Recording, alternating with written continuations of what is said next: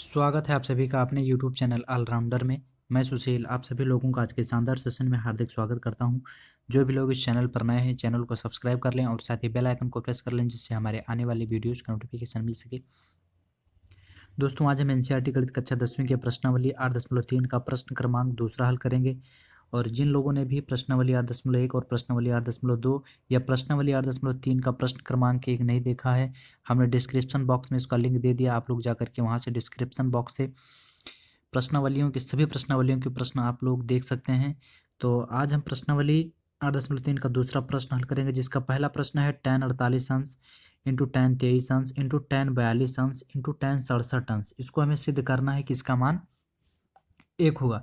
तो इस तरह के प्रश्नों को हल करने के लिए हम लोग सबसे पहले क्या करते हैं, देखते हैं कि जो है ये जितने भी क्वेश्चंस दिए गए हैं, ये जितने भी कोड हैं, किन किन कोडों को हम एक साथ लें तो उन किन किन कोडों को एक साथ लेने पर उनका योग 90 होगा। तो अगर मान लीजिए अगर हम tan ये 48 है और tan 48 में हम कितना जोड़ दें कि हमारा 90 आ जाए, तो हम ये जो tan 48 है इस tan 48 को और इस tan 42 को एक साथ मिलेंगे और इस tan 23 और इस tan 67 को एक साथ मिलेंगे, क्योंकि tan 48 को जब tan 42 में ऐड करेंगे तो ये 90 होगा और tan 23 को tan 67 में जब ऐड करेंगे या जोड़ेंगे तो हमारा हो जाएगा 90। तो यानी tan 48 और tan 42 को एक साथ मिलेंगे और tan 23 और tan 67 को एक साथ मिलेंगे।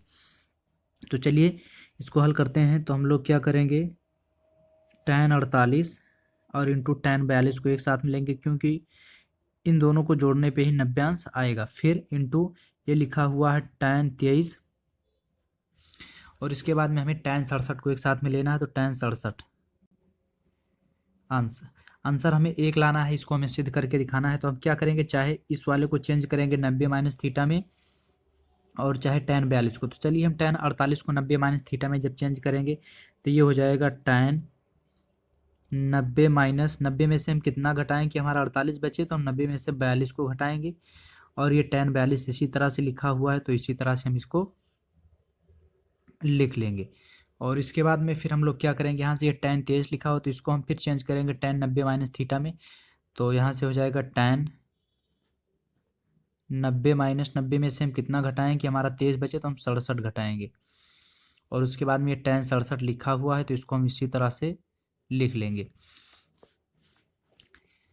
फिर इसको हम क्या करेंगे, ये tan 90 माइनस थीटा ये फार्मूला होता है, tan 90 माइनस थीटा का फार्मूला होता है, tan 90 माइनस थीटा का फार्मूला होता है, tan 90 माइनस थीटा बराबर ये होता है cot थीटा। तो ये हो जाएगा tan 90 माइनस थीटा का फार्मूला tan ये हो जाएगा cot थीटा के स्थान पर 42 है तो ये हमारा 42 हो जाएगा और ये tan 42 लिखा हुआ है, इसको हम इसी तरह से लिख लेंगे इंटू फिर यह tan 90 माइनस थीटा, तो इसका हो जाएगा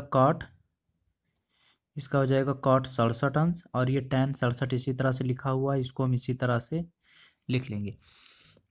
अब हम क्या करेंगे, tan का उल्टा cot होता है तो इसको जो cot लिखा हुआ है इसको हम क्या करेंगे 1/tan 42 अंश और इंटू tan 42 लिखा हुआ है तो इसको हम इसी तरह से रहने देंगे, इंटू का मतलब गुणे और इसके बदले में यहाँ इंटू लगा हुआ है। cot 67 उल्टा होता है tan का, तो यहाँ से लिख देंगे 1/tan 67 अंश और ये tan 67 इसी तरह से लिखा हुआ है, इसको इसी तरह से लिख लेंगे। अब ये tan 42 ये कट गया, tan 67 से tan 67 ये कट गया, यहाँ बचा 1/1 और इंटू यहाँ भी बचा 1 और ये गुणे 1। तो यहाँ से क्या होगा, यहाँ से हमारा अगर हम 1 को 1 से गुणा करेंगे तो योग होगा और इंटू का मतलब भी यहाँ गुणे हो जाएगा और 1 को 1 से गुणा करेंगे 1, तो यानी 1 को 1 से हम गुणा करेंगे तो एक यही हमें सिद्ध करना था। तो आशा करता हूँ कि आप लोगों को ये प्रश्न समझ में आया होगा। अगर प्रश्न समझ में आया है तो आप लोग वीडियो को लाइक करिएगा और इस चैनल को सब्सक्राइब करिएगा। मिलते हैं अगले वीडियो में, तब तक के लिए धन्यवाद।